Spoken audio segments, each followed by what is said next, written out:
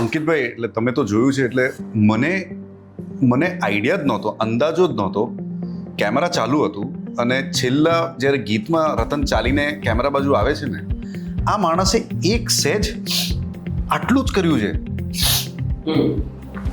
નહીં, વો મર્દ જો કઈ બાર રોતા હૈ લેકિન આંસુ નહીં હોતે. વ્યાખ્યાયિત નથી કરી શકતો એ વાત. એ મને એડિટ પર ખબર પડી કે આને શું કર્યું છે. શૂટ પર બી નહોતી ખબર પડી. અને દર વખતે અમે જ્યારે જઈએ છીએ ઓડિયન્સ ઇન્ટરેક્શન માટે, ત્યારે હું એ જોઉં છું કે યાર, યસ, આઈ ડોન્ટ નો, આ મારા માટે મેજિકલ છે. આટલું જ એ ચાલતા ચાલતા કરે છે છેલ્લે ફ્રેમમાં. એ that is what is making him human. મારો જે કિસ્સો શેર કરું, જ્યારે અભિષેક સર સાથે ઓફકોર્સ મારે પહેલેથી કામ કરવું હતું. જ્યારથી છેલ્લો દિવસ મારી ફર્સ્ટ ફિલ્મ આવી અને ત્યારે એ પ્રીમિયરમાં જોવા આવ્યા હતા અને એમણે જે રીતે છેલ્લો દિવસ વિશે લખ્યું, મારા વિશે લખ્યું, એ મારા માટે બી ઇન્સ્પાયરિંગ હતું. ને એટ ધ સેમ ટાઈમ છેલ્લો દિવસનું જ્યારે કાસ્ટિંગ બી થતું હતું ત્યારે બી અભિષેક સર તો ઇન્ડસ્ટ્રીમાં કેવી રીતે જઈશ, 2 યારથી આમ એ એમનું નામ તો હતું જ. ત્યારે એટલે એવું મગજમાં હોય જ કે એમની સાથે કામ કરવું છે. પણ જ્યારે મેં કામ કર્યું ને ત્યારે મને સમજાયું કે મે બી ક્યાં તો એ ફિલ્મ સ્કૂલથી આવે છે એના લીધે, અથવા તો એમનો જે સિનેમા પ્રત્યેનો પ્રેમ છે એના લીધે, અથવા તો એક્ટિંગ પ્રત્યેનો પ્રેમ છે, કારણ કે એ પણ થિયેટર બેકડ્રોપમાંથી આવે છે.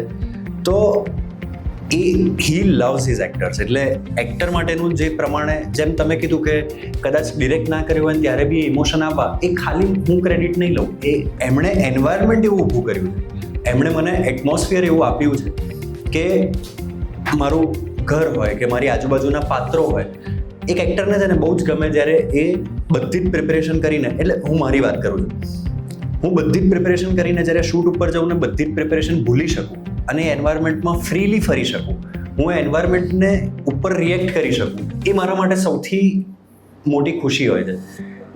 સો હવે જ્યારે એ એન્વાયરમેન્ટ ડિરેક્ટર પ્રોવાઈડ નથી કરતો ત્યારે થોડુંક તમારી મહેનત વધી જાય છે કે હું આને આવું કરું, હું આવું કરું, આ તે. અને એ વસ્તુ દરેક વખતે તમારા હાથમાં પણ નથી હોતી એઝ એન એક્ટર. એ થોડી કોમ્પ્લિકેટેડ ઘટના છે. પણ જ્યારે એવો વિચાર પણ ના આવે કે આ મારું એન્વાયરમેન્ટને કંઈક હું સુધારું, અને તમે જતાની સાથે જે ઇમર્સિવ જે આખી વાતાવરણ થઈ જાય, અને હું એવી રીતે નથી કહેતો કે હું મારા ઘરમાં ઘૂસું અને મારો મેકઅપ થાય એટલે ઇમર્સિવ થાય. મને યાદ છે ઘણી વખત હું ને સર લોકેશન પર ગાડીમાં જ સાથે ગયા હોઈએ, ત્યારથી એમની જે રીતની વાત કરવાની રીત હોય ને, સવારે 5 વાગે અમે લોકો ગાડીમાં ટ્રાવેલ કરતા હોઈએ અને જે રીતે ફિલ્મને લગતી વાતો કરતા હોય ને, ત્યાંથી જ એ મારું ઇમર્ઝન શરૂ થઈ ગયું જતું હોય. ત્યાંથી હું સેટ સુધી પહોંચવા સુધી, મેકઅપ ચાલુ થવા સુધી, એમની જે પ્રમાણે સેટ ઉપરની એનર્જી છે, ઇવન એ એમના યુનિટની જે એનર્જી બનાવે છે, બાકી બધા એક્ટર્સને જે રીતે ટ્રીટ કરે છે, ખાલી મારા માટે નહીં, કદાચ મને બી એમણે એ રીતે ટ્રીટ કર્યો છે કે હું દીક્ષાને હેલ્પફુલ થઈ શકું, દીક્ષાને એ રીતે હેલ્પ કરી હશે કે મને હેલ્પફુલ થઈ શકે. એવું એન્વાયરમેન્ટ ઊભું કરે છે કે જ્યાં સર જે મારા ડુસ્કાના વખાણ કરી રહ્યા છે, એ ડુસ્કો એની જાતે મારી અંદર આવી જાય. સો એની ક્રેડિટ જાય છે ડિરેક્ટરને. જો એ એન્વાયરમેન્ટ ના હોય તો બહુ ડિફિકલ્ટ છે એક્ટર માટે. ઘણી વખત હું એવી પરિસ્થિતિમાં મુકાયો છું કે જ્યાં મારે દરેક બીટ નક્કી કરવી પડે છે.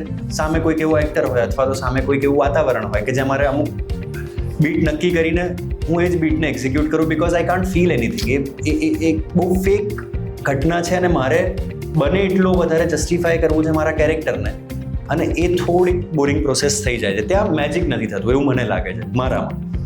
સો એ are amazing to work with him. એ એક્ટર તરીકે મારા માટે તો ડિલાઇટ હતું, બહુ ડિલાઇટફુલ હતું. એબ્સોલ્યુટલી.